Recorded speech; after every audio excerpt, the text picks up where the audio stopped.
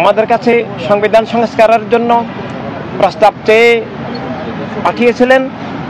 আমরা আজকে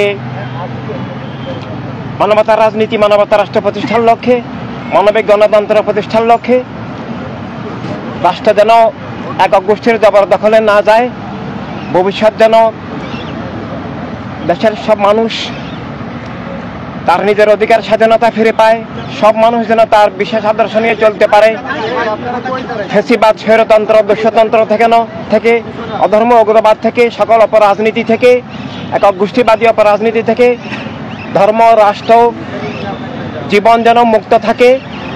আমরা সে লক্ষ্যে সংবিধান সংস্কারের জন্য 18টি সংস্কার প্রস্তাব আজকে জনাব আলী রিয়াজ সাহেব, সংবিধান সংস্কার কমিশনের যিনি প্রধান, তার কাছে পেশ করেছি। আপনাদেরকে সবাইকে অনেক অনেক ধন্যবাদ। রাষ্ট্র ব্যবস্থা বিনির্মাণ ইনসানের বিপ্লবের আসলে রূপরেখা কি ভাবছে আপনার মানুষকে নিয়ে? আমরা যে বিষয়টা মৌলিকভাবে দিয়েছি সেটা হচ্ছে যে রাষ্ট্রের মালিক সব মানুষ, জনগণ সবাই। রাষ্ট্র এক ধর্মের, এক জাতির, এক গোষ্ঠীর, এক দলের নয়, সে বিষয়টা নিশ্চিত করতে হবে। এবং এর সাথে সাথে আমরা যে বিষয়টার উপরে সবচেয়ে জোর দিয়েছি সেটা হচ্ছে রাজনীতির সংস্কার। রাজনৈতিক দল হতে হলে সব মানুষের প্রতিনিধিত্বশীল হতে হবে। একক ধর্ম, একক জাতি, একক গোষ্ঠীবাদী দল রাজনৈতিক দল রাষ্ট্র হতে পারে না। তার রাজনীতির সংস্কার, যে রাজনৈতিক দল দাবি করতে হলে সব মানুষের প্রতিনিধিত্বশীল হতে হবে, সবার মানবিক স্বার্থের রক্ষক হতে হবে এবং একক গোষ্ঠীর পক্ষে গিয়ে, একক গোষ্ঠীর স্বার্থ রক্ষা করতে গিয়ে অন্যদের উপরে জুলুম করা যাবে না, অন্যদের অধিকার স্বাধীনতা হরণ করা যাবে না। তাই সবচেয়ে জরুরি হচ্ছে মানবতার রাজনীতির প্রবর্তন করা, মানবতার রাজনীতির জন্য গোষ্ঠীবাদী রাজনীতি থেকে রাষ্ট্রকে মুক্ত করা এবং রাষ্ট্রকে সার্বজনীন করা। কেউ যেন কোনো দলমত রাষ্ট্রকে জবরদখল করতে না পারে অভ্যন্তরীণভাবে। কোনো দলমত তাদের একক গোষ্ঠীবাদী মতপথ যেন চাপিয়ে দিয়ে অন্যদের বিশ্বাস, আদর্শ, জীবন, জাতীয়তা, অধিকার স্বাধীনতা ধ্বংস করতে না পারে, যেন ফ্যাসিবাদের আবির্ভাব না হয়, যেন রাষ্ট্র দস্যুতান্ত্রিক, স্বৈরতান্ত্রিক হয়ে না যায়, সব মানুষের অধিকার স্বাধীনতা, জীবন, জীবিকা যেন নিশ্চিত হয়।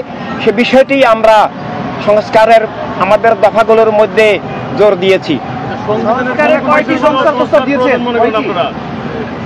সংবিধানে আমরা 18টি বিষয়ে সংস্কারের প্রস্তাব দিয়েছি।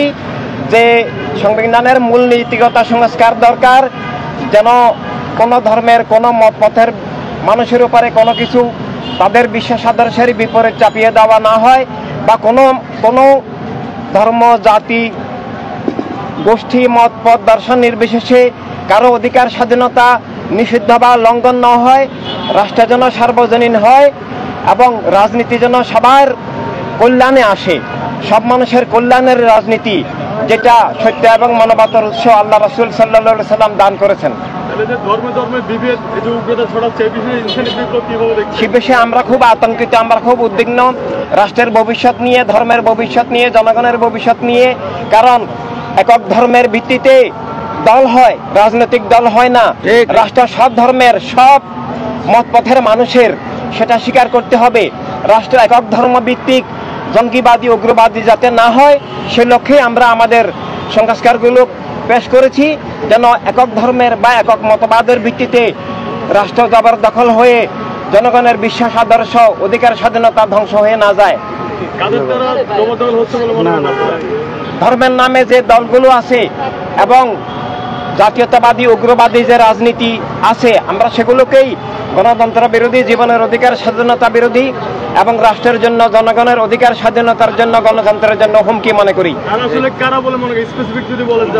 আমরা কোন দলের নাম ধরতে চাই না, বরং ধর্মের নামে একক ধর্ম চাপিয়ে দেওয়া, অন্যদের অধিকার স্বাধীনতা নিষিদ্ধ করা, একক ধর্মের নামে রাষ্ট্র করা, এই বিষয়ে যে যত দল আছেন এবং বিশেষভাবে বস্তুবাদী, জাতীয়তাবাদী চেতনা চাপিয়ে দিয়ে বা বিগত ইতিহাসে যেসব ভুলগুলো আছে, 47-এ সাম্প্রদায়িক রাজনীতি, পরবর্তীকালের যে একক জাতীয়তাবাদী যে রাজনীতি, সেগুলোকেই আমরা রাষ্ট্র এবং জীবন অধিকার স্বাধীনতার বিরুদ্ধে স্বৈরাচারী ফেসিবাদী মতবাদ মনে করি, সেগুলো সবগুলো থেকে মুক্ত হয়ে যেন সব মানুষের অধিকার স্বাধীনতা ভিত্তিক মানবতার রাজনীতি, মানবতার রাষ্ট্র, সার্বজনীন মানবাধিকারের রাষ্ট্র যেন হয়, সে লক্ষ্যেই আমরা প্রস্তাব দিয়েছি। শেষ প্রশ্ন, ইনসানিয়ত বিপ্লবের রাজনৈতিক রূপরেখা কি?